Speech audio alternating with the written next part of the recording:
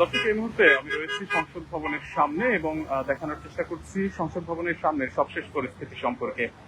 যেমনটি দেখছিলেন যে আজকে প্রায় সারাদিন ধরেই কিন্তু শিক্ষার্থীদের আন্দোলন চলেছে, অর্থাৎ এইচএসসি পরীক্ষার্থী যারা রয়েছে তারা কিন্তু আজ সকাল 11টার পর থেকেই কিন্তু আন্দোলনে নেমেছিল এবং সায়েন্স ল্যাব এলাকা থেকে তাদের এই আন্দোলন শুরু করে ধাপে ধাপে কিন্তু এক পর্যায়ে এসে সংসদ ভবন এলাকাতেও তারা এসেছিলেন, যেখানে কিন্তু দফায় দফায় পুলিশের সাথে তাদের বাকবিতণ্ডা হাতাহাতির ঘটনা পর্যন্ত কিন্তু গড়িয়েছে। অর্থাৎ এইচএসসি পরীক্ষা বাতিল চেয়ে কিন্তু স্থগিত চেয়ে মূলত শিক্ষার্থীরা আন্দোলনে নেমেছিল এবং সংসদ ভবন এলাকাতেও কিন্তু তাদের উপস্থিতি আমরা লক্ষ্য করেছিলাম। তবে এই মুহূর্তে যদি আমরা বলতে চাই যে সংসদ ভবন এলাকার দিকটা আসলে কেমন রয়েছে, সেটি যদি বলতে চাই, এখানে আমরা এসে এই মুহূর্তে যেমনটি দেখছিলাম যে সংসদ ভবন এলাকাটা কিন্তু ফাঁকা রয়েছে, অর্থাৎ শিক্ষার্থীরা এখান থেকে চলে গিয়েছেন এবং এই মুহূর্তে সংসদ ভবন এলাকা কিন্তু পুরোপুরিভাবে ফাঁকা অবস্থাতে রয়েছে।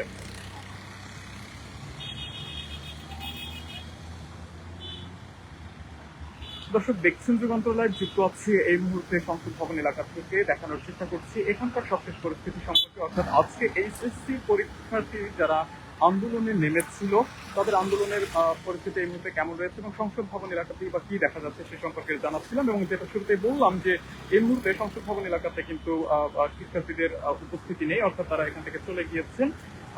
পাশাপাশি সরকারের পক্ষ থেকে সিদ্ধান্ত জানানো হয়েছে, অর্থাৎ আগামীকালকে পরীক্ষা হবে কি হবে না সেটি কিন্তু তারা ইতোমধ্যে জানিয়ে দিয়েছেন এবং সরকারের পক্ষ থেকে তারা যেমনটি বলেছেন যে আগামীকাল যথাসময়ে পরীক্ষা স্থগিত হবে।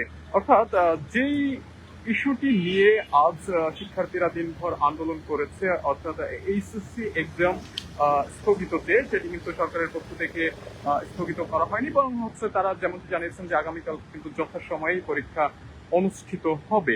এবং এই মুহূর্তে কিন্তু শিক্ষার্থীরা সংসদ ভবন এলাকাও কিন্তু ছেড়ে চলে গিয়েছেন এবং তাদের কিন্তু এখানে আমরা উপস্থিতি এই মুহূর্তে লক্ষ্য করছি না, যদিও কিছু সময় আগেও কিন্তু তারা এখানে ছিলেন, তবে এখন কিন্তু তাদের উপস্থিতি এখানে নেই। তবে আগামীকালকে তাদের কি কি কর্মসূচি রয়েছে যদিও কিছু সময় পরে হয়তো বা তাদের পক্ষ থেকে জানানো হতে পারে, বা এই মুহূর্তের যে আপডেট সেটি এখনো পাওয়া যায়নি।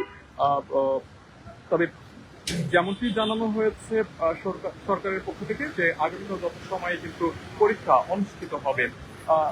একটু জানিয়ে রাখতে চাই যে আজকে এইচএসসি পরীক্ষার্থী যারা ছিল তারা কিন্তু মূলত সকাল 11টার পর থেকেই পরীক্ষা স্থগিতের বিষয়টি নিয়ে এবং বেশ কয়েকটি দাবি নিয়ে কিন্তু তারা আন্দোলনে নেমেছিল। প্রথমে তারা সায়েন্স ল্যাব থেকে তাদের এই আন্দোলন শুরু করে, পরবর্তীতে শিক্ষা বোর্ডের সামনে এবং ধাপে ধাপে কিন্তু তারা সংসদ ভবন এলাকাতেও এসেছিল এবং এখানে এসেও কিন্তু তাদের আন্দোলনের যে কার্যক্রম সেটি কিন্তু তারা চলমান রেখেছেন। এবং আমরা দেখেছি যে পর্যায়ক্রমে কিন্তু পুলিশের সাথেও তাদের হাতাহাতি এবং বাকবিতণ্ডার মতো ঘটনাও ঘটেছে এবং তারা সংসদ ভবন এলাকাতে কিন্তু সন্ধ্যা নাগাদ ছিলেন। তবে এই মুহূর্তে আমরা যেমনটি এখানকার পরিবেশ পরিস্থিতি দেখছি যে সংসদ ভবন এলাকাতে কিন্তু এখন এই মুহূর্তে শিক্ষার্থীদের কোনো উপস্থিতি নেই, অর্থাৎ তারা এখান থেকে চলে গিয়েছে। এবং সরকারের পক্ষ থেকে যেমনটি আগেই বললাম যে পরীক্ষা অর্থাৎ আগামীকালকে পরীক্ষা যথাসময়ে অনুষ্ঠিত হবে, এটি কিন্তু সরকারের পক্ষ থেকে জানিয়ে দেওয়া হয়েছে।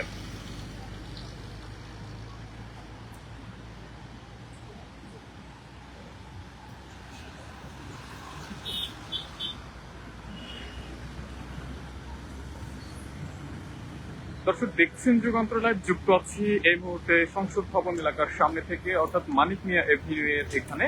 দেখানোর চেষ্টা করছিলাম এখানকার সবশেষ পরিস্থিতি সম্পর্কে।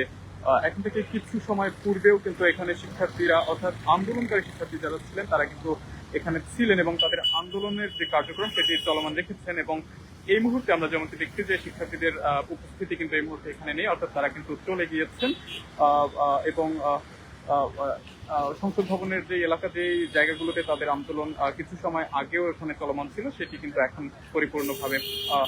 পুরোপুরিভাবে কিন্তু ফাঁকা রয়েছে।